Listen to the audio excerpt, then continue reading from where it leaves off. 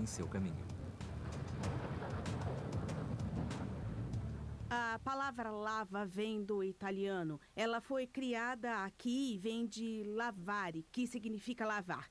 E ela basicamente explica o que acontece quando a lava passa por cima de uma cidade. Ela lava tudo, não resta nada.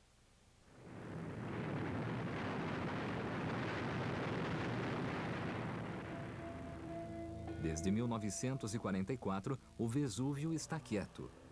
Uma calmaria baixou sobre as pessoas que vivem à sua sombra. E hoje, o Vesúvio é até uma atração turística popular. Mas equipes de cientistas ainda entram na cratera, buscando sinais de que o vulcão possa acordar. Tá bom, vamos lá. É uma queda de 305 metros até o fundo da cratera. Vamos descer devagar. Tem muitas rochas caindo hoje. O vulcão está desabando em si mesmo. As paredes feitas de rochas soltas, jogadas para fora na erupção de 1944, aos poucos caem de volta na cratera.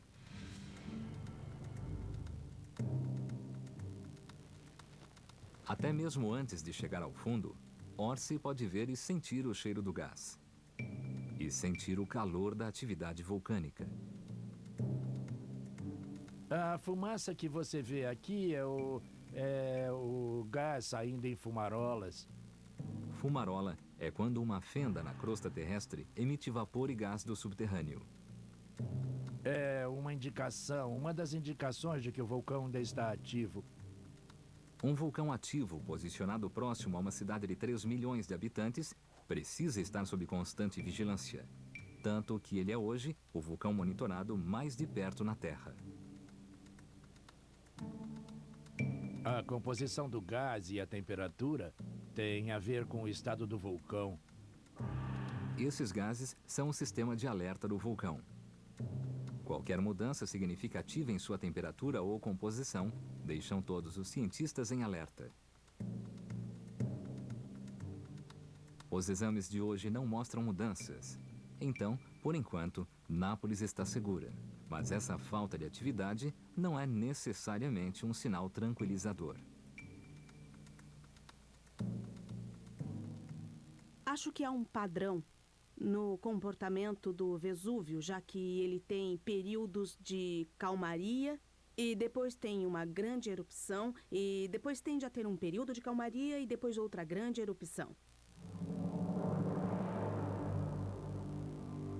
Então, o perigo é, quanto mais tempo o vulcão ficar quieto, mais magma pode se acumular. Quando ele finalmente entrar em erupção, maior será a explosão. Novas pistas do Vesúvio preocupam os vulcanologistas que investigam seu poder fatal. Rocha densa e solidificada é evidência de que o Vesúvio possui uma grande arma. Fluxos de lava em alta temperatura, capazes de destruir tudo em seu caminho. Fumarolas quentes na cratera provam que o vulcão ainda está ativo.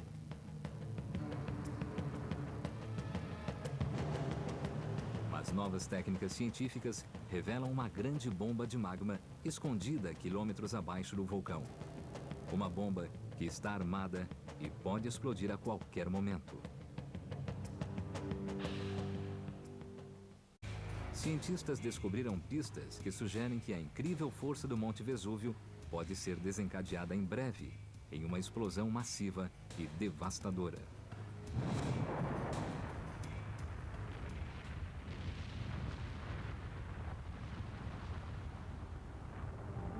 Para que aconteça uma erupção, os vulcões precisam de duas coisas. De uma fonte de magma, que é uma câmara magmática próxima da superfície, e também precisam de um gatilho. É um pouco como uma bomba e um estopim. Depois que você tem essas duas coisas no lugar, ele pode explodir a qualquer momento.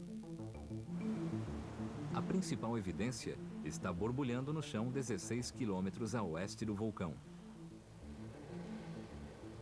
Sinto nessa área um calor intenso em toda a minha volta. E não é só o sol que está quente.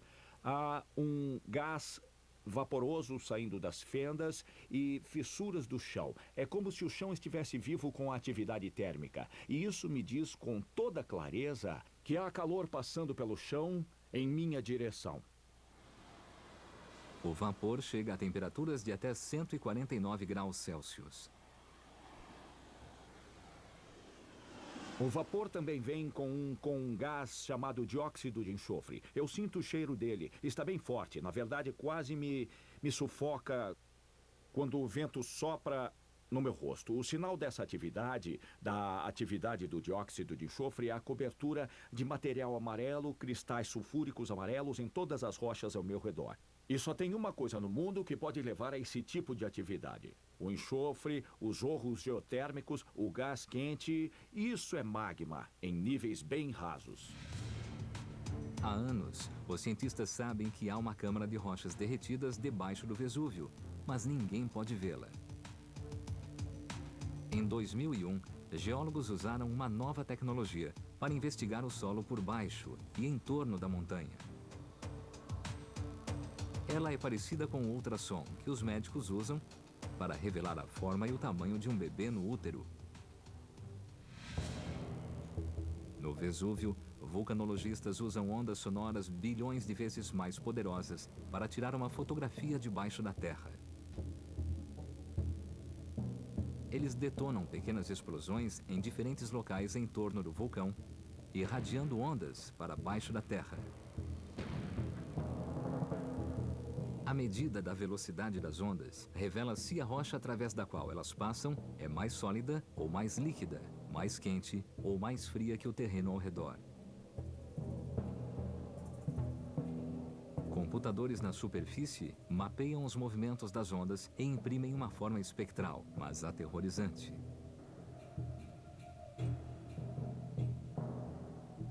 Ver pela primeira vez esse tipo de coisa é muito emocionante para um geólogo. A câmara magmática é tão grande que se espalha para além da base do cone de 1,5 km de largura.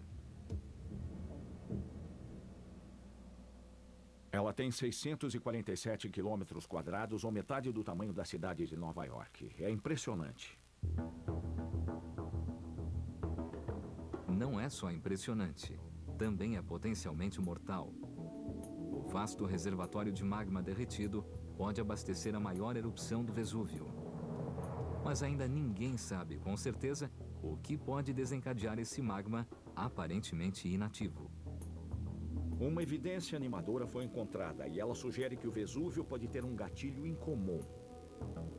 Buscando o mecanismo secreto de gatilho do Vesúvio, o Dr. Petford examina o padrão de quando as erupções anteriores ocorreram. Essa linha aqui representa o tempo desde 1600, onde estou, até hoje. Cada graveto representa uma erupção do Vesúvio durante os últimos 400 anos.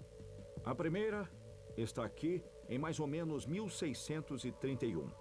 E depois houve mais 3 erupções significativas. A linha do tempo toma forma e o Dr. Petford adiciona mais dados. Dessa vez, os dados de outros desastres naturais aparentemente não relacionados. Temos registros da atividade de terremotos também. Então eu vou usar essas pedras aqui para representar os terremotos. Vários terremotos que ocorreram dentro de 160 quilômetros ao redor do vulcão. Quando o Dr. Petford posiciona os maiores terremotos dos últimos 400 anos, surge um padrão entre os tremores e a atividade do Vesúvio. Essa possível relação só pode ser investigada porque há registros detalhados sobre o vulcão.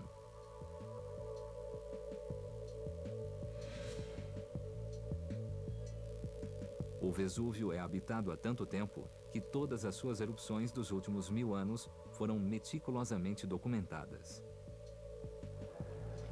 O vulcão também fica em uma área de terremotos. Essa região vivencia mais tremores que qualquer outro lugar na Europa. Atividade que gerou mais registros detalhados para os geólogos estudarem.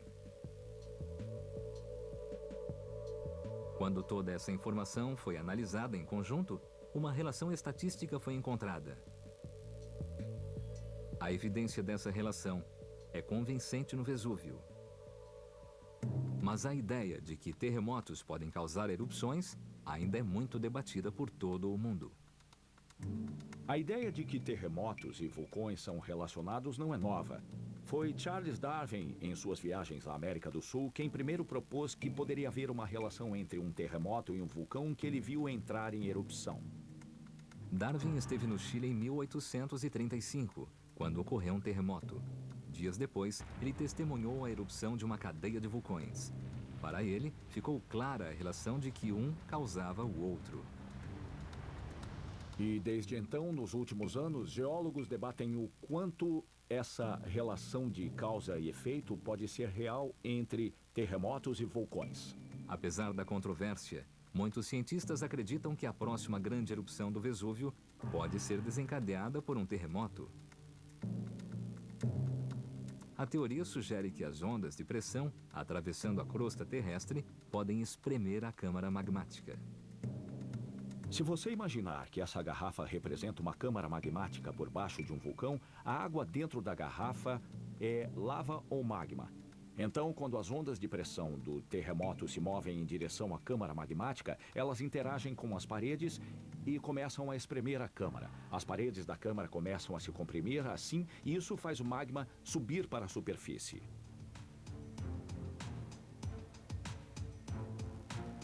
Mas mesmo assim, a erupção pode demorar. Registros históricos sugerem que o vulcão pode não reagir durante meses ou até anos depois de um terremoto. Pode haver bons motivos para isso. Pode ser porque o terremoto aumenta a pressão aos poucos dentro do vulcão. Então, os efeitos das ondas de pressão não são imediatos. Ou você pode precisar de mais de um terremoto. Vários terremotos aumentariam progressivamente a pressão dentro do vulcão. Cada onda espreme a câmara um pouco mais. Até que o último terremoto chega e ele é efetivamente a gota d'água, é esse terremoto que leva o sistema a uma instabilidade crítica e provoca a erupção. Depois de milhares de anos de estudo, cientistas ainda não compreendem totalmente o que causa uma erupção. Uma coisa importante no Vesúvio é que, se pudermos entender os grandes dados armazenados sobre ele, poderemos criar um novo modelo para erupções vulcânicas relacionadas a terremotos. E o Vesúvio seria o líder mundial em informações para nos ajudar a entender como outros vulcões no planeta funcionam de maneira parecida.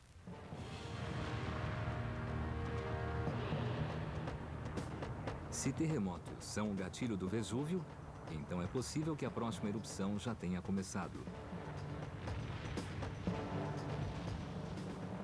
Dois enormes terremotos recentemente criaram ondas através do solo próximo ao vulcão. Em 2002, o primeiro tremor ocorreu apenas 64 quilômetros a nordeste do Vesúvio. Foi um tremor de magnitude 5,4. 30 pessoas morreram e milhares foram retiradas de suas casas. Mais recentemente, em 2009, um terremoto de magnitude 6,3 matou mais de 300 pessoas na cidade de L'Aquila, 96 quilômetros ao norte do vulcão. Esse foi o pior desastre desse tipo na Itália em 30 anos.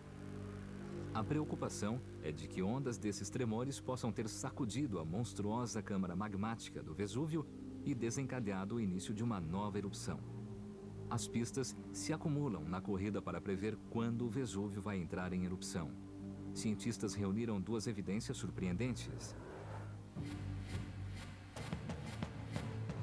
Uma imensa bomba de magma embaixo do Vesúvio prova que o vulcão está carregado com combustível para uma explosão gigantesca. O padrão do histórico de terremotos e erupções sugere que o gatilho já pode ter sido apertado. Cada nova informação leva os cientistas um passo adiante em sua busca da previsão de quando o Vesúvio pode explodir. Mas até mesmo a previsão da erupção pode não ser suficiente para salvar as vidas de 3 milhões de cidadãos de Nápoles. Descobertas recentes em torno do Vesúvio revelam que, se uma explosão como a de 1780 a.C. ocorresse hoje, ela alcançaria o coração de Nápoles, uma área metropolitana com 3 milhões de pessoas. O Vesúvio é um vulcão ativo e ele também é explosivo, então ele é bem perigoso. Além disso, existe uma grande população vivendo em torno dele, então o risco também é muito alto.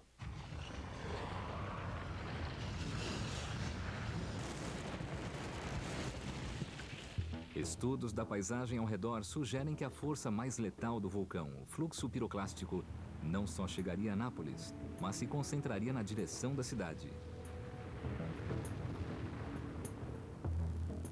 As altas encostas de Soma cercam parcialmente o cone do Vesúvio. Se houvesse uma erupção, essas paredes agiriam como um funil, canalizando a maior parte dos vestígios vulcânicos ferventes para o oeste, em direção à cidade. O Vesúvio é como uma arma carregada apontada para Nápoles. A nova evidência que temos é muito importante. Ela aponta para uma questão crítica de que Nápoles não está segura. Essa área pode ser atingida, pode ser o alvo. Essa nova informação, junto à descoberta de depósitos vulcânicos no coração de Nápoles, estimulou a cidade a rever seu plano de evacuação de 2001.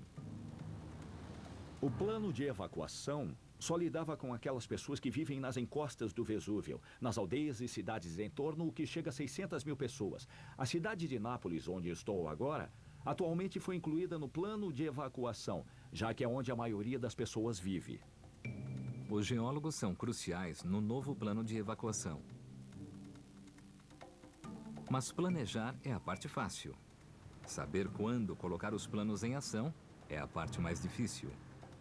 A decisão de evacuar ou não e quando evacuar é provavelmente a grande questão. Se os cientistas exagerarem uma ameaça e recomendarem uma evacuação à toa, na próxima vez, as pessoas podem não prestar atenção. Se forem evacuadas tarde demais, o preço pode ser a morte de milhares de pessoas. Esse é um dilema encarado pelos vulcanologistas em todo o mundo. O Monte Vesúvio é apenas um dos 3.000 vulcões ativos. 9% da população mundial, 450 milhões de pessoas, vivem em áreas ameaçadas por uma explosão vulcânica. O Monte Rainier fica a 86 quilômetros de 500 mil moradores de Seattle. Popocatépetl fica a 70 quilômetros de 9 milhões de pessoas na cidade do México. E o Monte Fuji fica a 96 quilômetros de 12 milhões de cidadãos em Tóquio.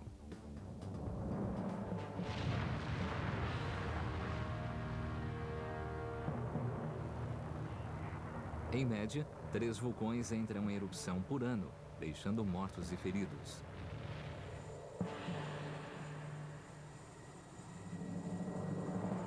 A esperança é de que as lições aprendidas com o Vesúvio um dia ajudem a proteger pessoas em todo o mundo.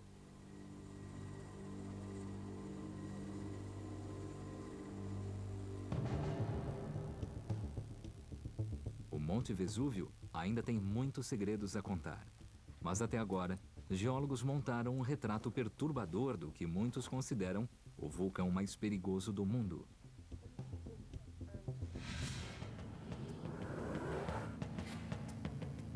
Pedra-pomes das ruínas de Pompeia são evidências do poder explosivo do Vesúvio. Ossos humanos carbonizados demonstram as temperaturas de 400 graus dos fluxos piroclásticos da montanha. Camadas antigas de cinzas do centro de Nápoles provam que o Vesúvio tem poder para encobrir a cidade. E novas investigações sísmicas revelam uma câmara magmática de 647 quilômetros quadrados debaixo do vulcão. Ele é uma bomba relógio. Geólogos que estudam como nasceu o nosso planeta acreditam ser uma certeza geológica que Nápoles vai um dia sentir a fúria do vulcão. Agora mesmo, o Vesúvio está armado, esperando sua próxima erupção. Ele é uma prova dinâmica de que a Terra nunca para. Terra. Um planeta único, agitado e dinâmico. À medida que os continentes se movem e colidem, vulcões explodem e glaciares avançam ou recuam. Forças titânicas estão sempre em ação, deixando uma trilha de mistérios geológicos.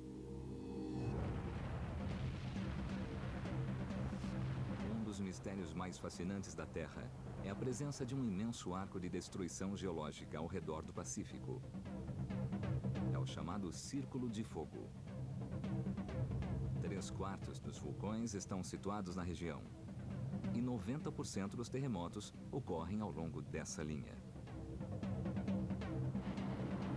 Nos últimos 200 anos, desastres na região ceifaram mais de 1 milhão de vidas.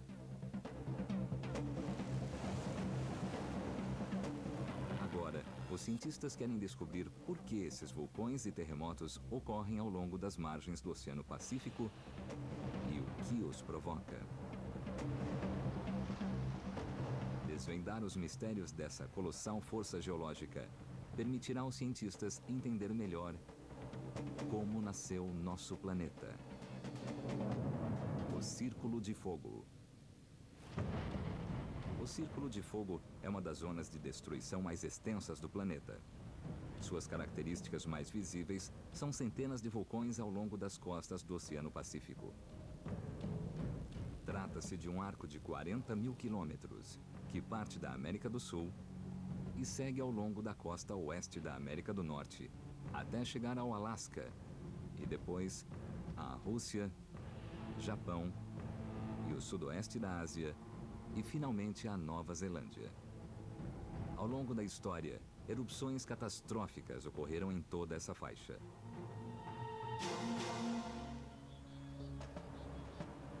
Agosto de 1883.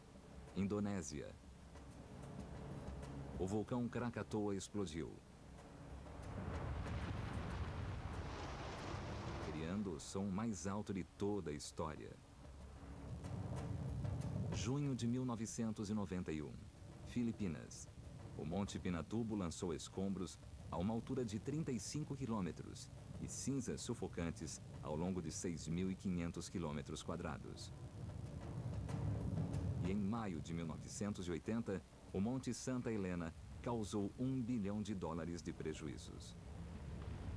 A ameaça constante desses vulcões obrigou os cientistas a entender as forças que os movem. A investigação começa no Alasca. Essa terra de beleza agreste marca o extremo norte do Círculo de Fogo. 75% dos vulcões norte-americanos estão situados no Alasca, o que o torna um laboratório perfeito para os vulcanólogos. O primeiro passo é descobrir como os vulcões gigantes do Círculo de Fogo se formaram.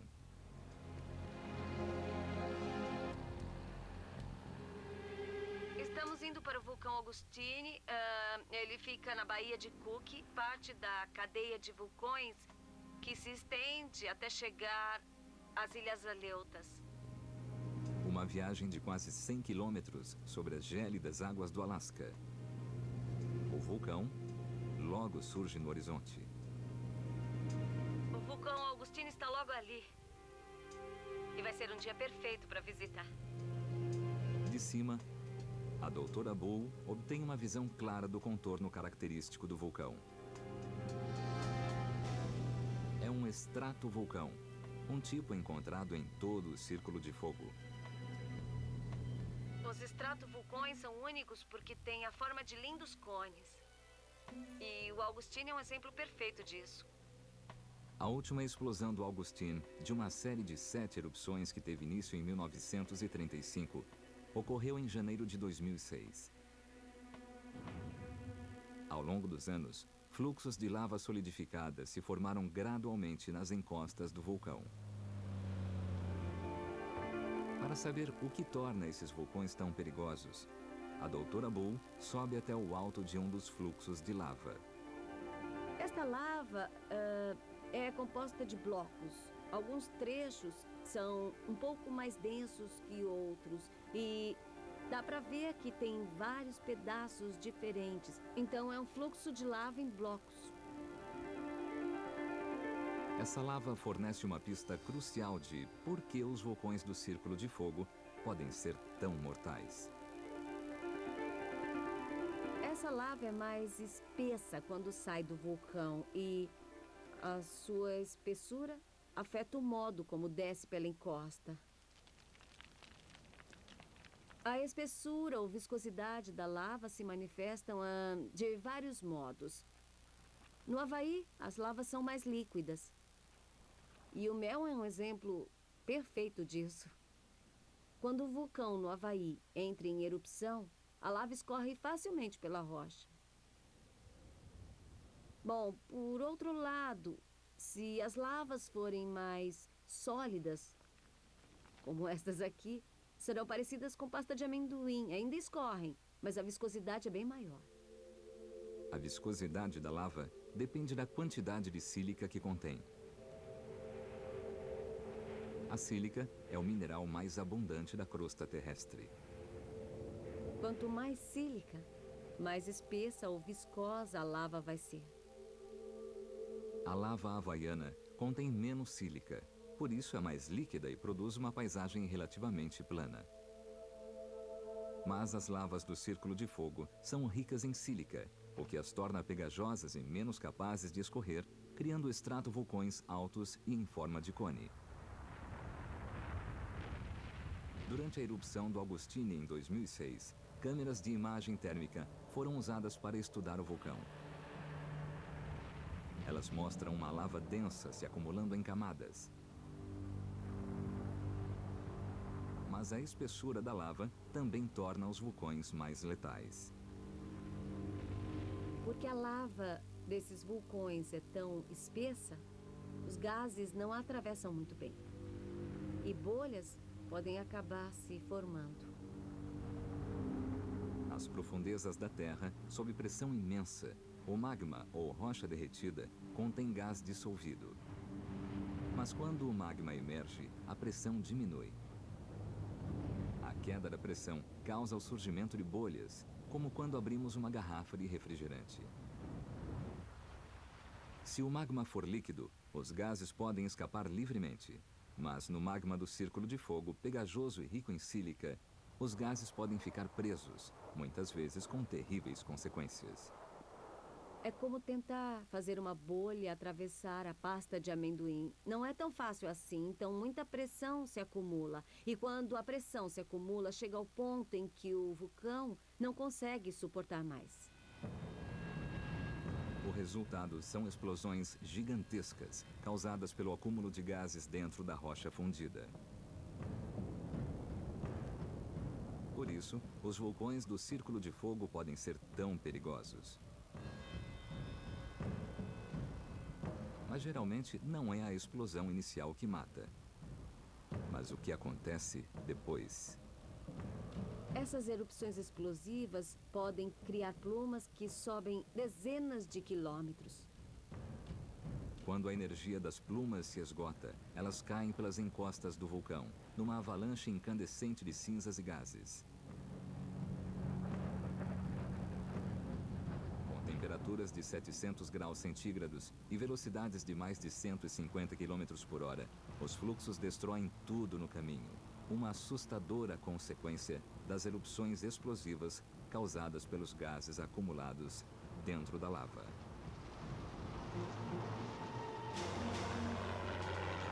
No estágio seguinte da investigação, a doutora Bull procura entender como essa lava pegajosa se forma. Nas encostas do Augustine, ela procura amostras de lava do interior do vulcão. Esse gigantesco bloco de lava solidificada já foi magma derretida nas profundezas da Terra. Irrompeu durante uma erupção e trouxe evidências fascinantes. O que eu estou vendo nessa rocha são muitos minerais e, em alguns lugares, um pouco de horneblenda. A presença dos cristais de horneblenda fornece uma pista crucial de como o magma se formou. É importante porque indica a condição do magma quando a horneblenda se cristalizou. A horneblenda é um mineral que só se forma na presença da água. A horneblenda mostra que existe água no interior da Terra. Os cientistas acreditam que a água tem um papel crucial na criação do magma que alimenta os vulcões. Nas profundezas, as rochas são quentes e semissólidas. Pode parecer que a presença da água as esfriaria. Mas não é o que acontece. Essa água sob grande pressão altera a estrutura das rochas e faz com que derretam, formando plumas de magma. A rocha derretida sobe à superfície, criando vulcões gigantes.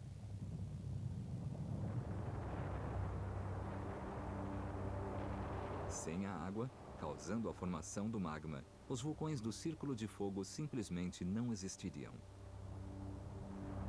Nós ainda não compreendemos esse processo completamente, mas já entendemos boa parte dele. E a água tem um papel muito significativo no modo com o qual as rochas se derretem.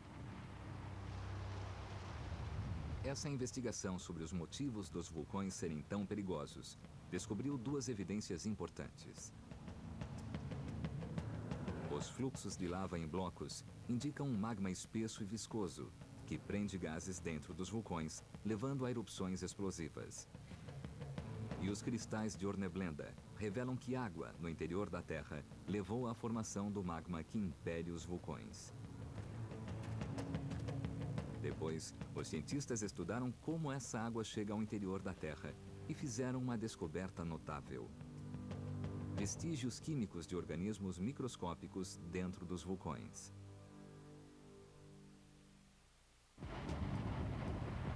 Em torno do Círculo de Fogo, um magma explosivo se forma nas profundezas da Terra, impelido pela água. Os cientistas precisam descobrir de onde vem essa água para entender por que o Círculo de Fogo é tão perigoso.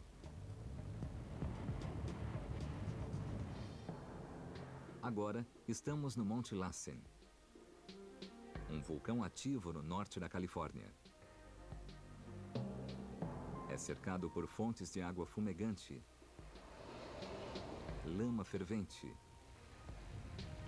e chaminés vulcânicas ou fumarolas que emitem vapores e gases superaquecidos. Toda essa atividade térmica é movida pelo intenso calor que emana do magma no interior da Terra. Ao estudar o gás que escapa das fumarolas, os cientistas esperam descobrir a origem da água que causa a formação do magma. Esse aparelho mede a temperatura. A temperatura dessa fumarola é de 92 graus Celsius e meio, cerca de 200 graus Fahrenheit. É o ponto de fervura para essa elevação. Para uma boa amostra de gás, precisamos de uma fumarola fervilhante. Veja o que está acontecendo nessa superfície. Todo esse vapor que sai do solo. Mas são os gases que acompanham o vapor que nos interessam. A composição dos gases indica o que está acontecendo em vários níveis de profundidade que não podemos ver. As amostras de gases colhidas em vulcões ao redor do Círculo de Fogo do Pacífico revelaram algo surpreendente. Os gases contêm carbono 12, um tipo de carbono encontrado em organismos vivos. Os níveis de carbono 12 encontrados aqui são vestígios de minúsculos organismos marinhos chamados fitoplânctons. Bilhões de fitoplânctons vivem no oceano. Ao crescerem, suas células absorvem carbono 12. Quando morrem, vão para o fundo formando camadas de sedimentos e assim, o carbono 12 é transferido para o leito oceânico. Curiosamente, os cientistas encontraram esse mesmo carbono 12 na lava de vulcões em todo o Círculo de Fogo. Os vulcões das montanhas Cascade têm dióxido de carbono muito rico em carbono 12. E é quase como se sedimentos oceânicos ricos em fitoplâncton estivessem cozinhando nas profundezas desses vulcões e gerassem o dióxido de carbono que sai do alto. Portanto, esse dióxido de carbono está ligado a sedimentos orgânicos que estavam bem distantes da costa. A matéria orgânica que antes era fitoplânctons se torna o dióxido de carbono que vemos na superfície. É assim que sedimentos do leito oceânico entram nos vulcões. Esses sedimentos contêm água do mar. E é isso que faz com que as pedras sob os vulcões derretam, formando magma. Mas resta um mistério. As plumas de magma que alimentam os vulcões às vezes estão a centenas de quilômetros do oceano. Agora, os cientistas precisam descobrir como os sedimentos cheios de água do mar avançam tanto o litoral adentro. Para saber, vamos para as montanhas Chugach, no Alasca. A pesquisa começa com uma análise das rochas.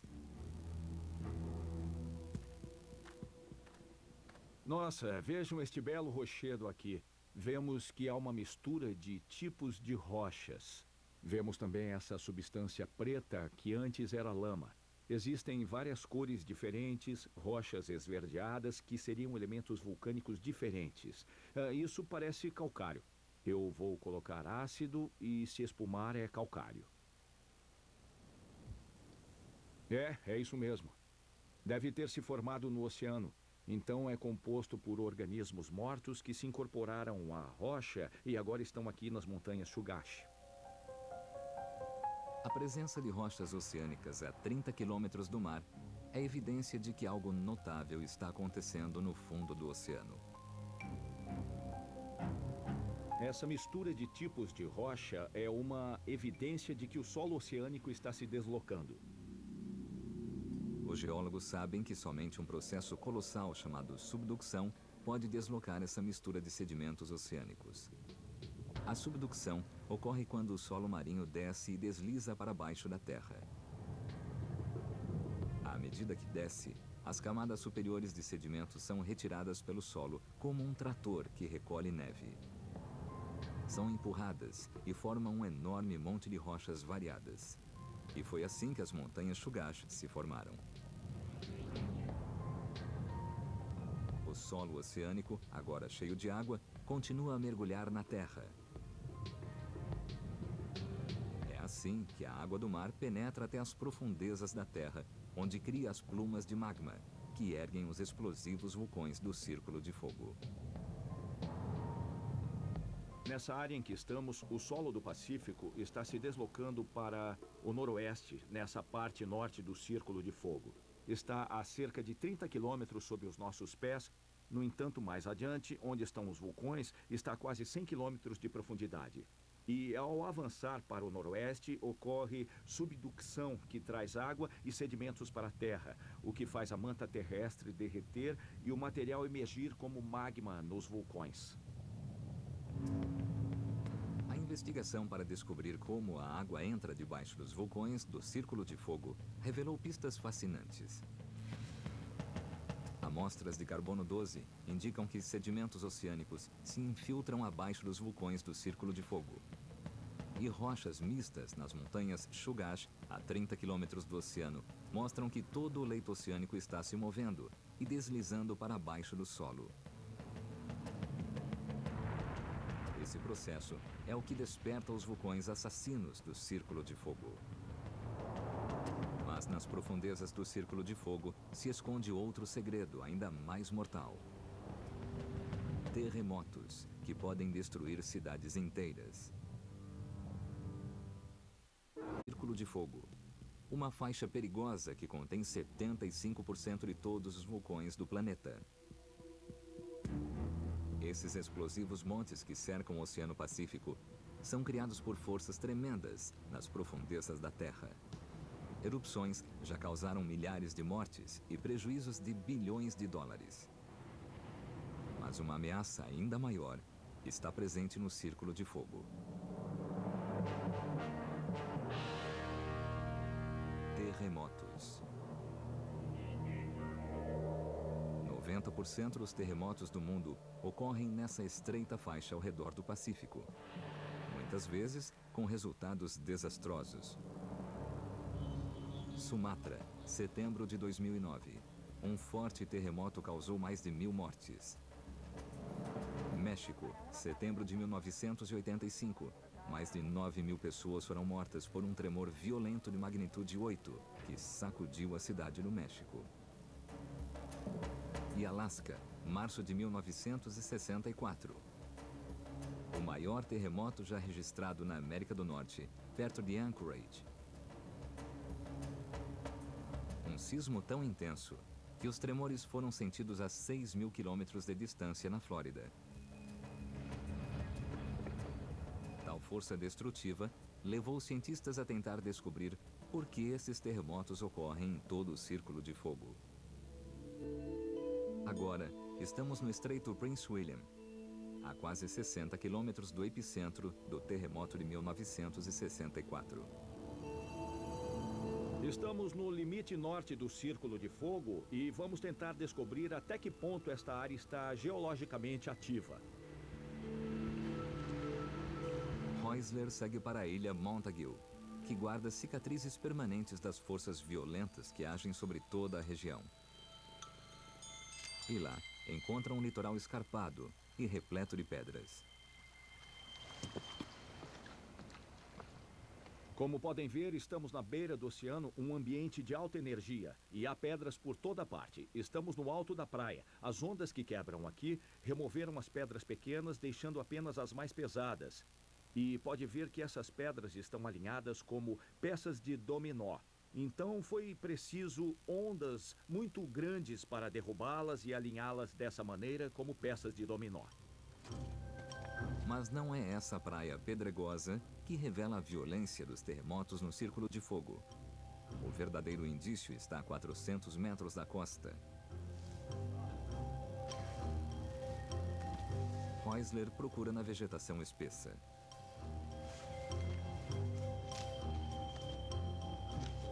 E encontra entre as árvores uma série de pedras quase idênticas. Nós caminhamos através das árvores, da selva do Alasca até aqui. Estamos a cerca de 8 ou 9 metros do nível do mar. E o que temos aqui é uma praia.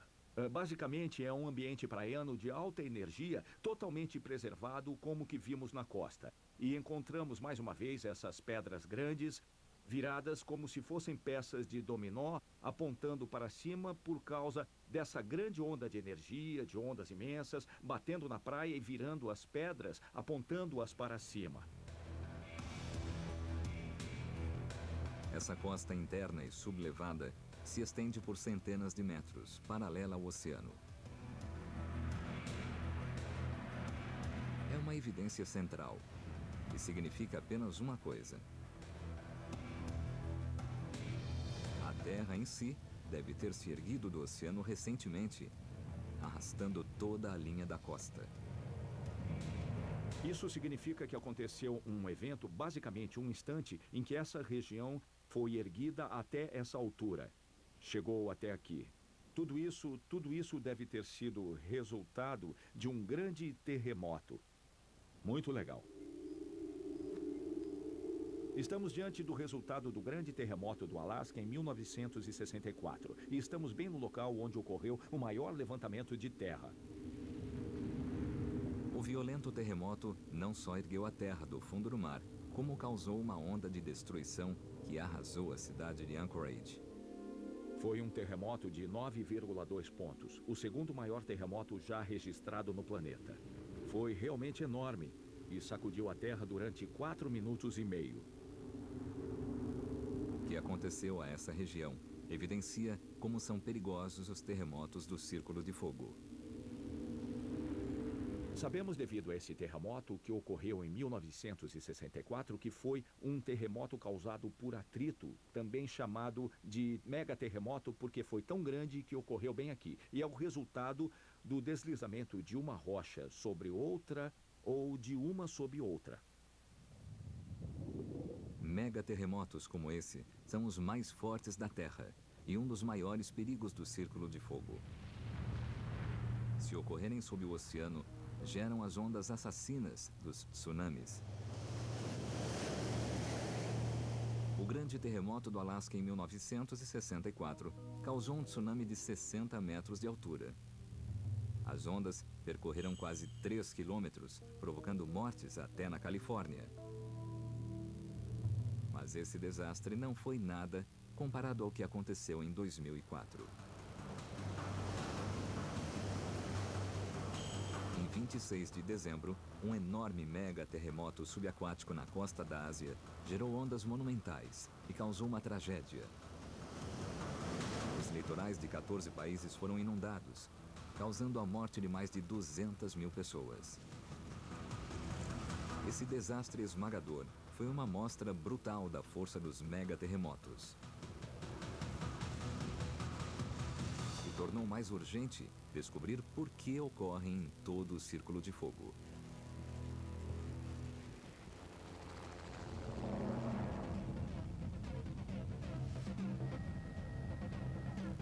Mais uma vez, o Alasca é o perfeito laboratório geológico. Estamos seguindo para a estação sísmica, no centro-sul do Alasca, perto da ponta da península de Kenai. Milhões de anos de atividade vulcânica e sísmica conferiram ao Alasca uma paisagem incrivelmente escarpada. Não é fácil encontrar um local plano para pousar. Tudo limpo por aqui.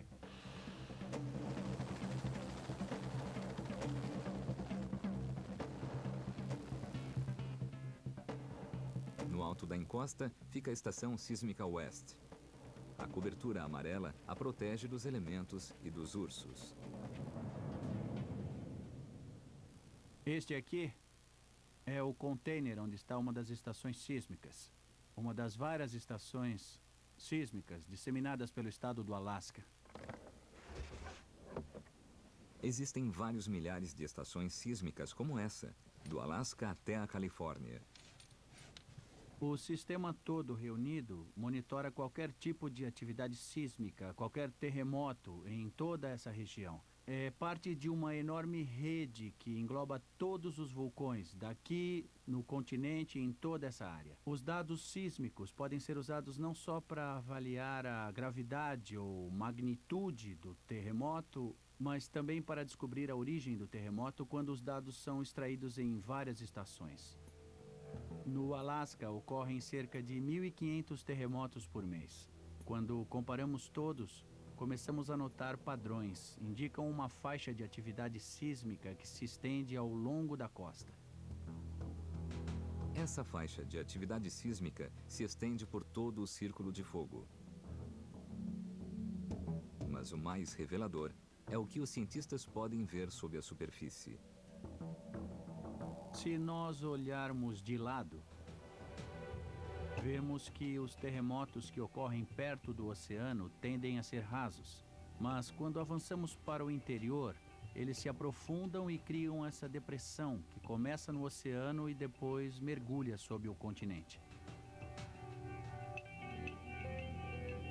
Essa enorme depressão fornece uma evidência conclusiva de como os megaterremotos são gerados. O epicentro dos terremotos segue exatamente o caminho feito pelo solo oceânico ao descer sob os vulcões. Os terremotos acontecem quando as rochas esbarram uma na outra enquanto avançam. É essa subducção, ou avanço do solo oceânico sob a Terra, que cria os megaterremotos do Círculo de Fogo e ergue seus explosivos estratovulcões. Então, todas essas observações, os vulcões, a linha de atividade sísmica, os grandes terremotos na interface, tudo isso é parte de um único sistema, está tudo ligado e interrelacionado. A investigação do que leva o Círculo de Fogo a produzir terremotos tão intensos descobriu que a costa foi erguida. Indício de que a região sofre os mais violentos megaterremotos. E dados sísmicos indicam que esses tremores assassinos são causados pela subducção, ou movimento do leito oceânico, que também produz os vulcões gigantes do Círculo de Fogo. E para saber exatamente onde o processo de subducção ocorre, oceanógrafos buscam os locais mais profundos e inacessíveis de todo o planeta.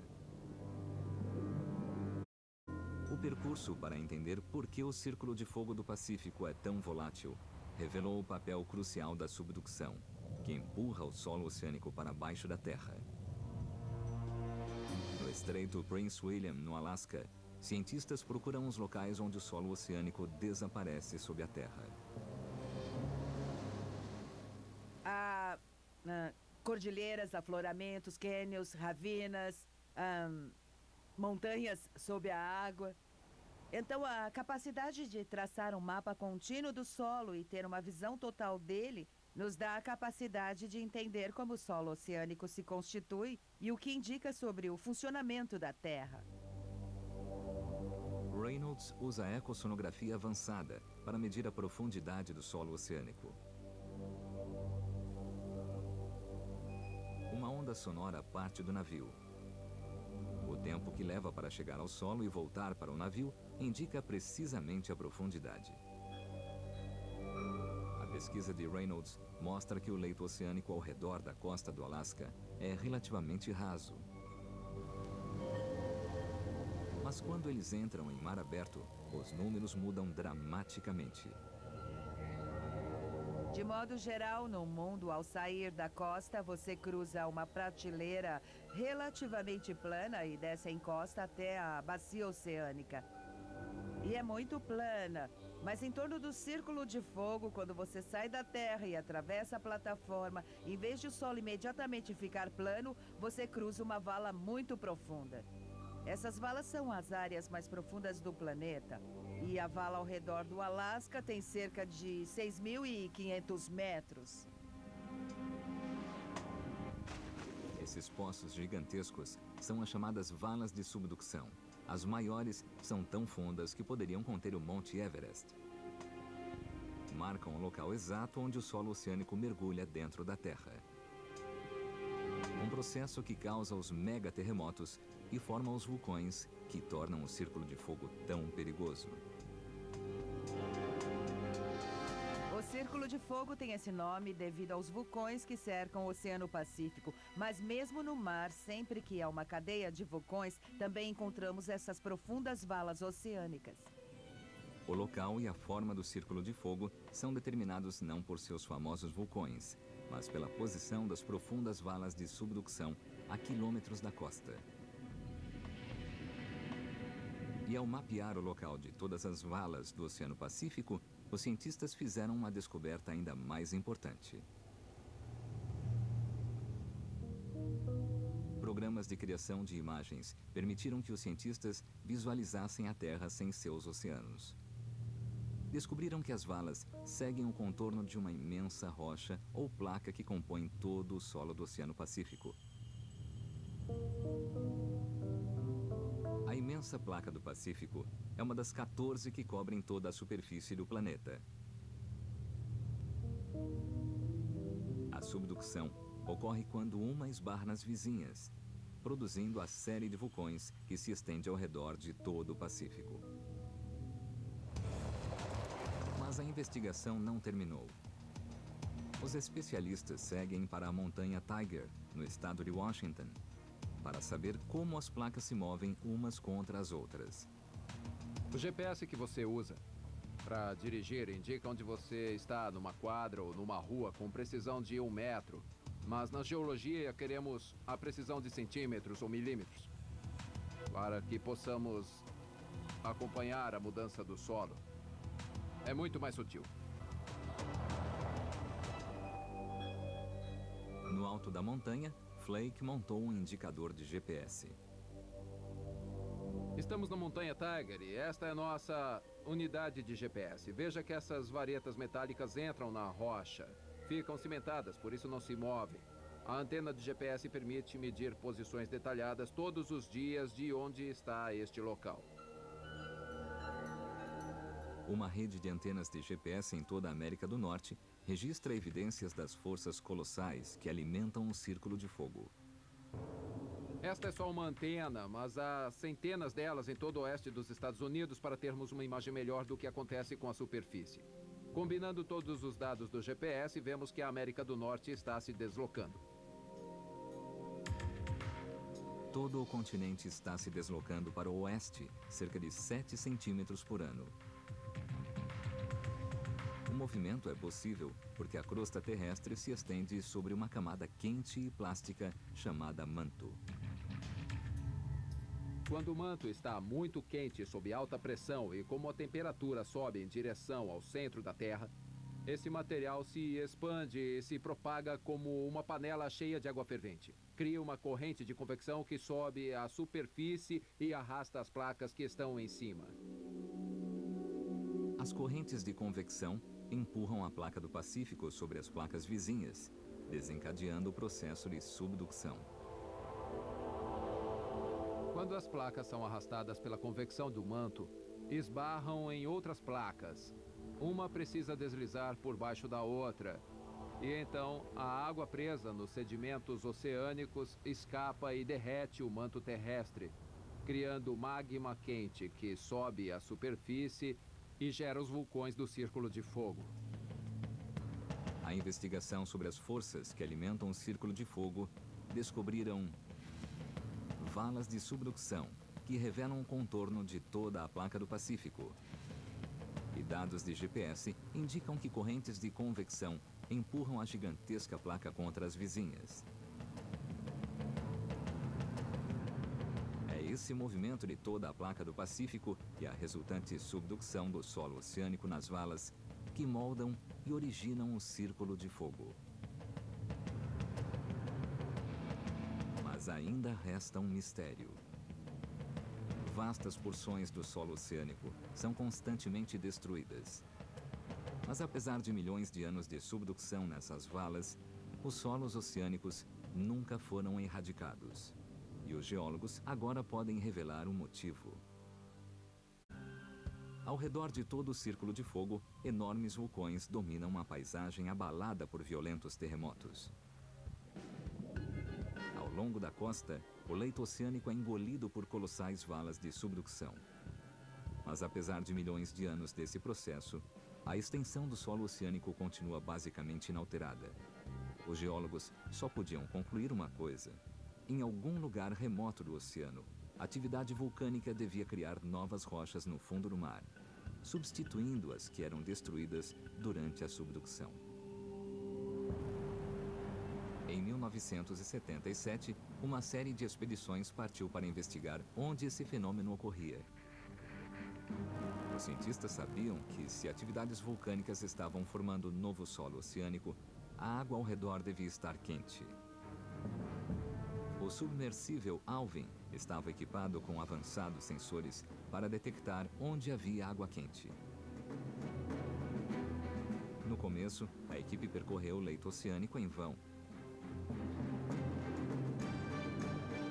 Mas então descobriram a mina. Uma coluna de rocha que emitia água superaquecida.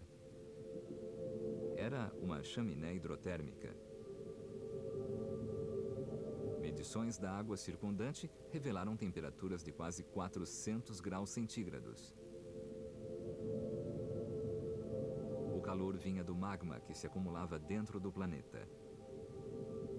A descoberta forneceu as evidências de que os cientistas precisavam. Esses elementos vulcânicos marcavam um local de fenômenos gigantescos, chamados elevações topográficas. Nessas elevações, no fundo do oceano, fortes correntes de convecção do manto separam as placas terrestres, permitindo que a lava escorra para o leito oceânico. Uma nova crosta oceânica está constantemente sendo formada nessas elevações topográficas. Essa crosta se afasta das elevações em direção à borda dos continentes onde estão agora. Assim, o solo oceânico é constantemente renovado, substituindo o material destruído pela subducção nas margens do oceano.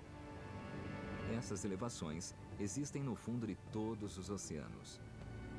Produzem um estoque inesgotável de rochas novas, mantendo vivo o ciclo tectônico das placas. Esse é o processo em escala planetária. O que vemos é o planeta inteiro circulando. A rocha e o magma da profundeza da Terra subindo à superfície e formando uma crosta. E então essa crosta volta para baixo da Terra nas zonas de subducção, nas valas, e volta a formar o solo oceânico. A força que alimenta esse sistema é tão grande que os cientistas não prevêem um fim para o constante movimento das placas ao redor do planeta. A força tectônica das placas, causada pelo aquecimento do núcleo do planeta, é tão astronômica que não há nada que possa detê-la. Parece que o Círculo de Fogo continuará a existir por muito tempo. Aparentemente, a subducção sob a região sul do Alasca vem ocorrendo há 200 milhões de anos. E não há nenhuma evidência de que vai deixar de existir muito em breve. Mas nos próximos bilhões de anos, o constante movimento das placas vai redesenhar o mapa mundial.